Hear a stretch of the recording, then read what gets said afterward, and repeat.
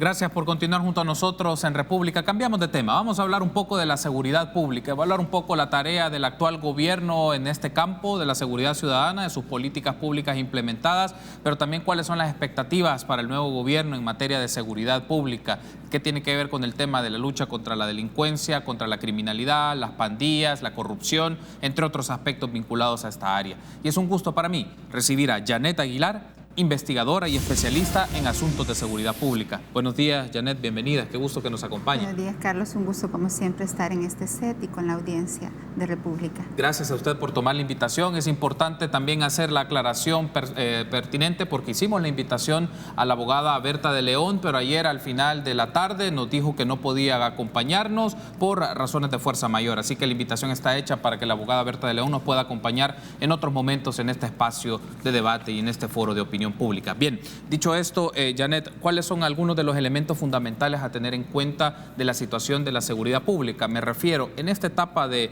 finalización de la gestión de Salvador Sánchez Serén, ¿cómo podríamos evaluar algunos de los campos de política pública? Dos de las que se nos vienen o se me vienen a la mente es el programa en centros penales Yo Cambio, que es uno de los que más se ha divulgado, pero por otro lado, las medidas extraordinarias que se dieron en los centros penales. ¿Cómo podemos ver si estas son complementarias o son, lo vamos a poner así, son dos líneas o dos vías que van por espacios o por momentos distintos? Sí.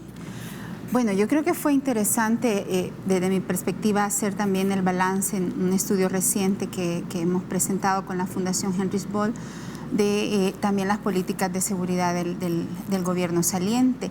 Y lo que vemos es que básicamente esta lógica de guerra contra las pandillas que de alguna manera, bueno, se impuso desde 2014 y que permeó la política y la estrategia de seguridad del actual gobierno, derivó en, digamos, una política que fundamentalmente avanzó con un esquema altamente represivo y que podríamos, digamos, ilustrar a partir, desde mi perspectiva, en tres grandes características, aunque podrían haber más. En primer lugar, derivó en la consolidación e instauración de un modelo policial militarizado, que si bien es cierto, ya venía gestándose, terminó, digamos, consolidándose en este periodo, y esto se expresó no solo en la creación de estos batallones llamados de reacción inmediata, batallones de limpieza, incluso llegó a decir Hato Asbun, recordemos públicamente, sino pues también en una serie de instalación de grupos antipandillas que básicamente estuvieron conformadas por grupos élites policiales y básicamente, bueno, que obviamente han estado entrenados, que han funcionado bajo una estrategia y lógica fundamentalmente militar. Entonces tenemos la consolidación de un esquema policial militarizado que venía básicamente desarrollándose a lo largo de los últimos 20 años, pero que se termina radicalizando y consolidando en esta administración.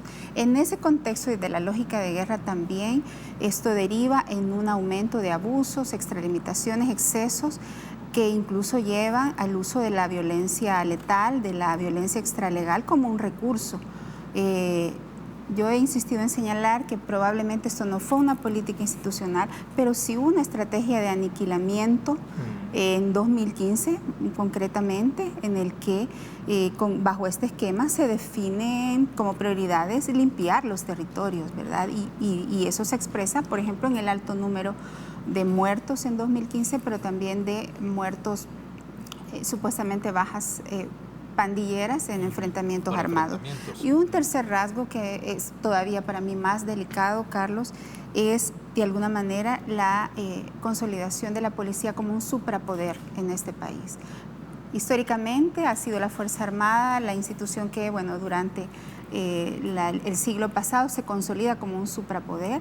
Sin embargo, lo que vemos es que en esta administración se le ha dado tanto poder, se le ha otorgado tantas facultades y un amplio margen de influencia en todo el ramo de seguridad que ha permitido precisamente que tomen control de distintas áreas de seguridad. Es decir, ha habido una policialización de todo el esquema de seguridad pública, ¿verdad? Con lo cual también se ha debilitado de alguna manera el control civil de estas instituciones que surgieron como instituciones civiles en 1992 con los acuerdos de paz.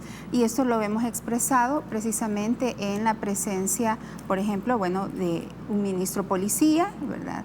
No habíamos tenido ese antecedente. Desde esa lógica, la presencia de policías en áreas estratégicas, centros penales, ¿verdad?, donde se asigna Marco Tulio Lima, después que lo sacan de la FES, una policía en la dirección de centros, en la dirección de migración y extranjería, un policía en el OIE, un policía como viceministro de prevención. Entonces, al estilo un poco del esquema que usó Munguía Payés, pero en este caso desde la lógica de los intereses militares, el gobierno de Sánchez Serén potencia este suprapoder policial. No sé con qué propósito, me imagino que estaban también adelantando la posibilidad de continuar en el poder y de utilizar en algún momento la policía también como un recurso para contrarrestar algunas acciones de carácter social y político. Entonces se vislumbra un fuerte deterioro institucional, ¿verdad?, contrario a lo que señalan, que si bien es cierto no se ha gestado en esta administración, se ha venido consolidando con mayor fuerza y de manera más abierta en la administración de Sánchez Serén. Bueno, esta mención es muy relevante, Janet. ¿En qué sentido? ¿Qué implica particularmente que un esquema de la policía o que la perspectiva policial se encuentre en diferentes expresiones de instancias de seguridad pública respecto a los civiles? Es decir, puede ser una expresión o debía haber sido una expresión de contraloría civil, ciudadana al tema del rol policial, porque uno puede entender, bueno, la formación de los policías para moverse en esos campos, pero ¿por qué se vuelve necesario la contraloría civil o la expresión civil en estas áreas de intervención de política de seguridad? No, precisamente, digamos, recordemos que con las reformas políticas de los acuerdos de paz se establece todo un esquema de seguridad democrático, contrario al viejo sistema de seguridad controlado por los militares, ¿verdad?, y caracterizado por graves abusos a los derechos humanos. En esa lógica se da un antes y un después, una reforma policial que instaura un modelo policial civilista, democrático, profesionalizante, ¿verdad?, respetuoso de los derechos humanos, y que en virtud de ello pues se diseñan una serie de esquemas de control interno y externo policial, precisamente porque en toda sociedad democrática es fundamental que una entidad que tiene el monopolio del uso legítimo de la fuerza tenga controles civiles. Por ejemplo, una entidad que debería de funcionar, pero que de nuevo, en esta lógica más torcida, ha operado en virtud de cierta representación de intereses, es la Comisión de Seguridad Pública y Narcoactividad, que en otros países funciona como un control externo de la actuación policial. En este caso no lo ha sido, más bien ellos están ahí, o muchos de ellos, sobre todo los que proceden del ejército, para resguardar los intereses de la cúpula militar y de cierto sector militar que tiene intereses en la policía. A nivel de sociedad civil también hay que decirlo, se ha debilitado muchísimo el control de la actuación policial. Y ciertamente a partir del aumento de abusos, extralimitaciones, ejecuciones extralegales, vulneraciones de derechos, se han activado algunos mecanismos que me parece importante, digamos, también destacar en este periodo, ¿verdad? El trabajo, por ejemplo, del IDUCA en este campo ha sido fundamental, otras organizaciones como el Servicio Social Pasionista y también el trabajo que de alguna manera está haciendo la Procuraduría para la Defensa de los Derechos Humanos, que es un ente de control per se de la labor policial en el tema de investigación de casos de abusos, no solo la recepción de denuncias, sino la investigación y deducción de responsabilidades en este ámbito. Otro de los aspectos que quiero aprovechar y pedir a producción nos pueden poner en pantalla es una serie de los datos sobre el tema de los homicidios que se han dado en el país, por ejemplo, entre el periodo enero-abril del año 2019. Esto lo tomamos de la Dirección de Investigación y Análisis del Ministerio de Seguridad y de Justicia y Seguridad. Del 1 de enero al 30 de abril se contabilizaron 1.069 homicidios a nivel nacional, lo que equivale a un 16.2% menos que el mismo periodo del año 2018. El promedio diario de homicidios fue de 9, mientras que en 2018 era de 11. En la seguidilla de ese tuit, en el mes de abril se registraron 325 homicidios, 7 más que el mismo mes de 2018, un incremento del 2.2%. El promedio diario de este mes fue de 11, igualando al del mes de abril del 2018. Aquí un punto, y lo que quiero destacar es una forma, pero puede verse discursiva, Janet, pero creo que es una manera en la cual ahora ha sido el posicionamiento tanto del director de la policía, del ministro de Seguridad y Justicia, que nos han acompañado en este set, es la insistencia de la medición, es decir, el número de cuántos homicidios o la frecuencia de cuántos homicidios se dan diariamente, mensualmente, trimestral o en todo el año. y insisten mucho de que los datos en algunos momentos disminuyen respecto al año anterior, sí, aunque tal vez no se tome un año base, que probablemente se tuvo hace 4 años, que se tuvo la mayor tasa de homicidios por 100.000 habitantes, claro, entre el año 2015, claro, 2015-2016, sí, que fue un periodo así, pero me llama la atención este uso de la métrica como una manera de justificación de sus medidas. Si estamos bajando los homicidios, es que estamos haciendo una mejor tarea. Si se mantienen o aumentan, es porque hay una acción específica de las pandillas que lo que quiere es distorsionar o afectar el clima de seguridad. Bueno, en un país, digamos, con los altos índices de violencia letal, de homicidios por causas externas, es fundamental, digamos, diseñar sistemas de información confiables que puedan medir precisamente la fluctuación y el comportamiento de estos indicadores. Lastimosamente tampoco ha sido así, ¿verdad? Bueno, tenemos ahora esta dirección de investigación y análisis, pero digamos 20 años después, El Salvador, el Estado salvadoreño, pese a que el tema de homicidios ha sido una prioridad, o debería de haber sido una prioridad, no ha instaurado un sistema homologado, unificado de estadística criminal a nivel de todas las entidades relacionadas con el tema de justicia y de seguridad. Es importante señalar que al menos en base a la estadística oficial, que ahora casi se reduce a la policía, porque si bien es cierto hay una mesa tripartita, digamos, tenemos desde hace ratos un Instituto de Medicina Legal acéfalo que desde mi perspectiva no logra ser suficiente contrapeso en términos de, digamos, estas discusiones y debates que se dan a la hora de cotejar los homicidios. Pero bueno, tomando como base este dato de la policía, es importante señalar que ha habido una tendencia a la baja que se ha mantenido como un comportamiento a lo largo del tiempo, sobre todo, bueno, desde aquel cifra de 2015, ¿verdad?, que alcanzó más de 6.600 homicidios, ¿verdad?, con esta tasa inédita de 103 homicidios por cada 100.000 habitantes. Con posterioridad a ello ha venido una reducción y hoy día pues tenemos una tendencia a la baja. Sin embargo, y esto las autoridades de seguridad lo saben, en un país en donde la violencia se expresa a través de, digamos, otras tipologías que en muchos de los casos ni siquiera están tipificadas como delitos, como las desapariciones, el desplazamiento y otros hechos, digamos, que afectan a la población de manera más masiva. El tema del homicidio ya no debería de ser el único parámetro de evaluación de resultado de las políticas de seguridad. Creo que es importante seguirlo analizando, pero en un contexto más amplio. Por ejemplo, de nuevo, la pregunta es qué está pasando con las desapariciones forzadas. Yo, digamos, al menos por la información que he tenido, no solo los datos, sino algunos patrones de cómo pueden estar operando las estructuras que están ejerciendo este fenómeno de desaparición forzada, me atrevería a decir que es un fenómeno que va creciendo y que de alguna manera está también encubriendo, enmascarando la estadística de muertes violentas, ¿no?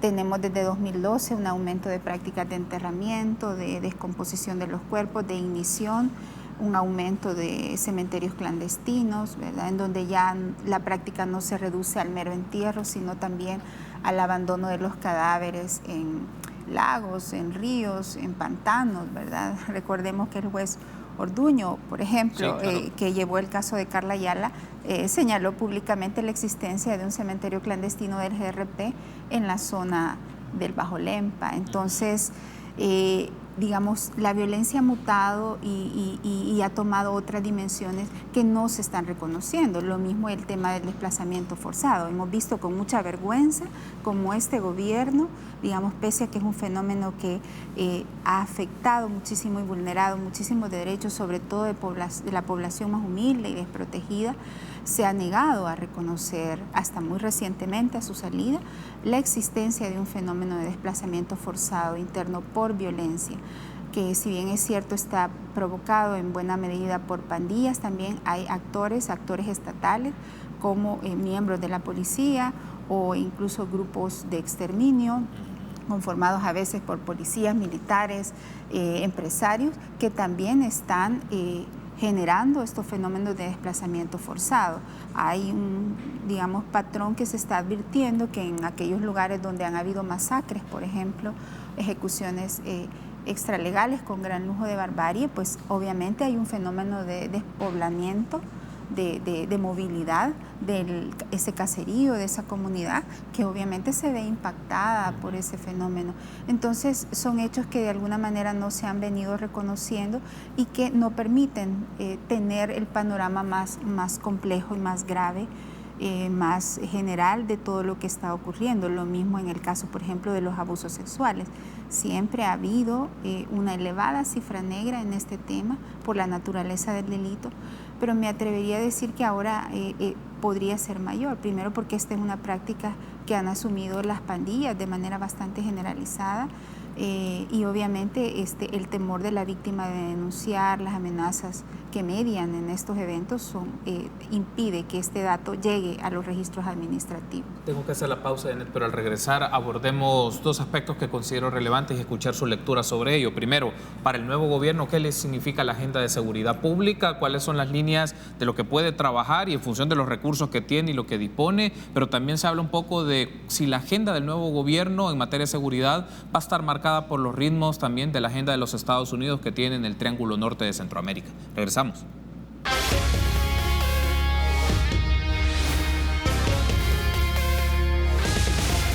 Gracias por continuar junto a nosotros en República. Seguimos platicando con Janet Aguilar, investigadora y especialista en asuntos de seguridad pública. Hemos hablado un poco en la primera parte, una evaluación de algunos de los elementos o ítems que son significativos tener en cuenta, Janet, de este gobierno y de la gestión, sobre todo esta expresión de la policía en distintos segmentos de la institucionalidad, que tiene que ver con la seguridad pública, que tiene que ver con el tema del organismo de inteligencia del Estado, que tiene que ver con migración y extranjería. Ahora, otro de los puntos que creo que vale la pena plantearnos y discutirnos, Janet, es qué marca el nuevo gobierno su agenda de seguridad. Uno de los aspectos que lo planteo aquí, escucharle si usted comparte o no este criterio, si la agenda de los Estados Unidos en el Triángulo Norte, porque tiene una agenda en materia de combate contra la criminalidad, una agenda sobre el tema de la lucha contra el tráfico de drogas, por lo menos lo que se menciona, pero si eso va a marcar también los ritmos de la agenda del nuevo gobierno, qué tanto esos traslapes se pueden dar en función de lo que tiene en disposición el nuevo gobierno y lo que puede hacer. Sí. Pues realmente, bueno, todavía no conocemos al final, bueno, la política de seguridad que se va a adoptar. Tampoco conocemos, digamos, tenemos información sobre el titular ni sobre, bueno, la dirección de la policía. Hay algunos nombres que ya se manejan, pero en términos generales sí hay mucha incertidumbre respecto a los enfoques que el nuevo gobierno vaya a adoptar en materia de la política de seguridad. Desde mi perspectiva, sin duda, la agenda geopolítica de Estados Unidos y sobre todo la perspectiva trumpiana en el tema de seguridad puede ejercer, digamos, una influencia importante. Eso, bueno, derivaría en un poco más de lo mismo, ¿no? Políticas de cero tolerancia, populismo punitivo, enfocado de nuevo unilateralmente en el tema de pandillas, ¿no? Porque, bueno, Trump reduce el tema de las amenazas geopolíticas provenientes de la región, principalmente a pandillas. Y narcotráfico en segunda instancia. Pero por otro lado también hay mucha preocupación en torno a precisamente algunos nombres que se han manejado, sobre todo en el tema de la dirección de la policía, ¿verdad? Tenemos información, conocimiento de que mucha de la gente que trabajó en el componente de seguridad del Plan Cuscatlán era gente proveniente, bueno, del viejo sistema de seguridad, algunos de ellos comisionados, subcomisionados, que estuvieron señalados por graves hechos de corrupción, violaciones a derechos humanos e incluso vínculos con el narcotráfico, ¿no? No sabemos, digamos, si algunos de estos personajes puedan figurar entre el gabinete o entre, digamos, la cúpula de seguridad. Adicionalmente, hay mucha preocupación en torno también a un gabinete variopinto que estamos viendo, o sea, gente que procede de diferentes sectores y que ejercen representación de distintos intereses en estos espacios de toma de decisión, ¿verdad? Intereses empresariales, intereses políticos, intereses militares, intereses incluso mafiosos, ¿verdad? Porque hay gente que también ha estado señalada por participar en hechos de corrupción. Digamos, el panorama se cierne con mucha incertidumbre y, al menos a la luz de lo que yo pude examinar del Plan Cuscatlán, mucha preocupación de mi parte, en tanto se adelanta un esquema de vigilantismo y de control social mediante una policialización y militarización de los espacios comunitarios y espacios sociales, Por ejemplo, plantean un aumento de la participación de la Fuerza Armada en espacios incluso de prevención en los ámbitos escolares, por ejemplo, o dotarles de un rol más protagónico en formación cívico-militar en los centros educativos, una cosa que no parece ser una nueva idea, esa es una cuestión más del siglo pasado. De igual manera, preocupa mucho esta lógica de vigilantismo que se podría instalar, en donde, bueno, se va a meter todo un esquema de inteligencia acompañado de presencia operativa de la policía y militares en las comunidades, utilizando tecnología de punta como drones. Al menos eso es lo que plantea el plan Cuscatlán en el componente de seguridad. Estas lógicas, digamos, a juzgar también por, digamos, la representación de intereses que se puede expresar en ese gabinete y en general en el gobierno, puede llegar a ser contraproducente, ¿verdad? No solo para estas comunidades, sino para todo un colectivo social, para todos los ciudadanos.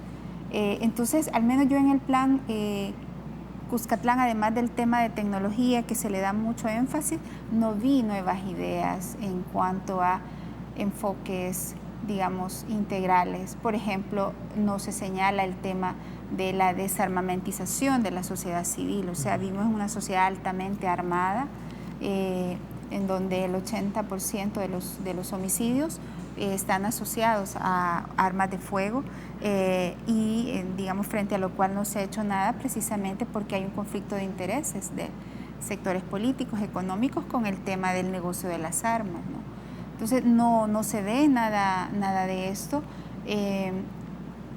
No sabemos también de dónde se van a sacar los recursos, ¿verdad?, para un área que demanda ingentes recursos, y tampoco se advierte, por ejemplo, un proceso de reforma policial o de depuración a fondo de la policía, tomando en cuenta el nivel de descomposición que la policía ha experimentado, bueno, a lo largo del tiempo, pero que se ha profundizado en este último quinquenio. Uno de los aspectos que quiero incorporar, ya he hecho, creo que de manera muy interesante, un punteo de elementos del plan Cuscatlán en materia de seguridad y un poco el contraste y los análisis que usted hace sobre ello, pero una de las instancias que es clave, bueno, la policía requiere una serie de reformas y elementos que usted ha mencionado, no solamente en este espacio, en publicaciones y en otros momentos que nos ha acompañado, pero quiero referirme al organismo de inteligencia del Estado, porque es una instancia fundamental para el tema de la seguridad pública, para la seguridad interna, pero también tiene dispositivos en principio de manejo bajo principios democráticos, que no debe volverse una instancia para tener información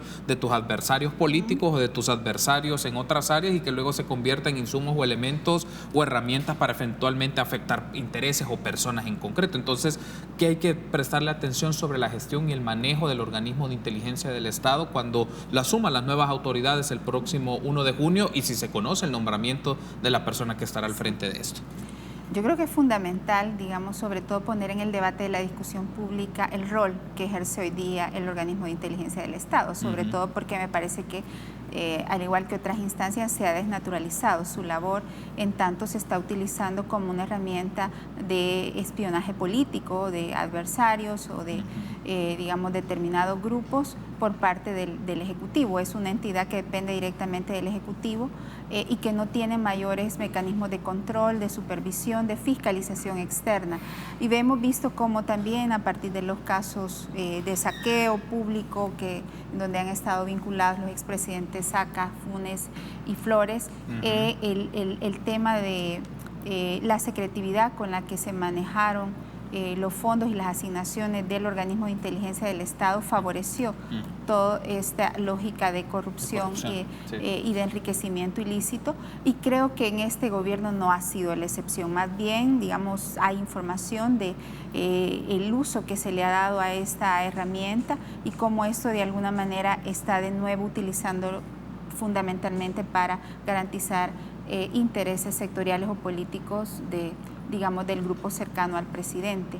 Adicionalmente, es importante, Carlos, que usted lo haya mencionado, yo creo que es importante también establecer mecanismos de fiscalización en otras entidades que hacen inteligencia desde el Estado. Sí. Se creó durante la administración Funes también un organismo de inteligencia dentro de la Dirección de Centros Penales y también, bueno, el CIP que venía funcionando desde hace algún tiempo, pero que se potencia desde la administración Funes, el Centro de Inteligencia Policial, que forma parte de esta, comunidad de inteligencia. Adicionalmente, la Fuerza Armada tiene su propio sistema de inteligencia que es ilegal, porque con la reforma política de los acuerdos de paz, la Fuerza Armada está impedida de hacer labores de inteligencia. Sin embargo, en la práctica lo ha seguido haciendo sin ningún impedimento. Entonces, tenemos una serie de esquemas formales que no están, muchos de ellos regulados, pero sobre los cuales nadie ejerce control.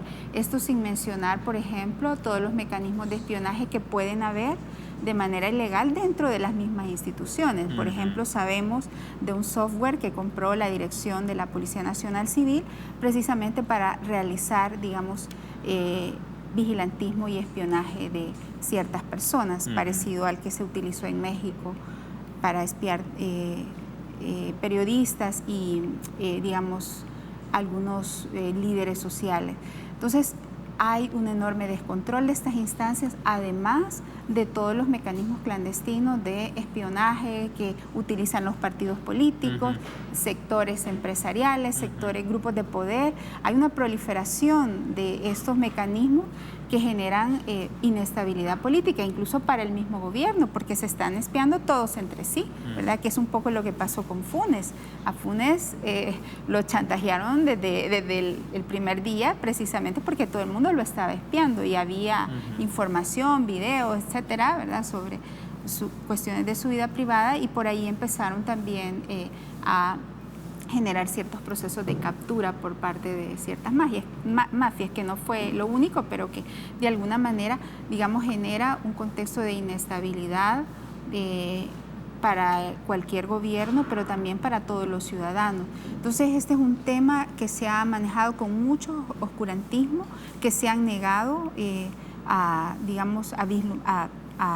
abrir al público, y que debería de ser, en esta lógica de un gobierno como el que ha planteado Bukele, ¿verdad? Un gobierno más abierto, más transparente, que va a combatir la corrupción, pues debería precisamente de abrir al escrutinio público este tipo de mecanismos e investigar y desmontar todas estas estructuras que han funcionado en el país desde distintos sectores. Janet, quiero darle las gracias por haberme acompañado y hacer este análisis de la seguridad pública, elementos de evaluación, pero también cuáles son los retos que el nuevo gobierno asume. Creo que, y me gustaría hacer la invitación para que en próximos programas hagamos ya con un nombramiento que se pueda hacer de la persona que está al frente de seguridad, cuáles son algunos de los retos de la agenda en políticas públicas de seguridad y también otros temas que nos quedaron pendientes. La reforma policial es un tema fundamental que se debe de debatir, pero también cuál es el enfoque y la filosofía de políticas de seguridad pública. Gracias, Janet, por haber tomado la invitación y estar con nosotros. Un gusto, como siempre, Carlos. Un saludo a la audiencia. Muy amable, gracias por haber estado con nosotros, y a ustedes, amigos, también ha sido un gusto. Será hasta mañana,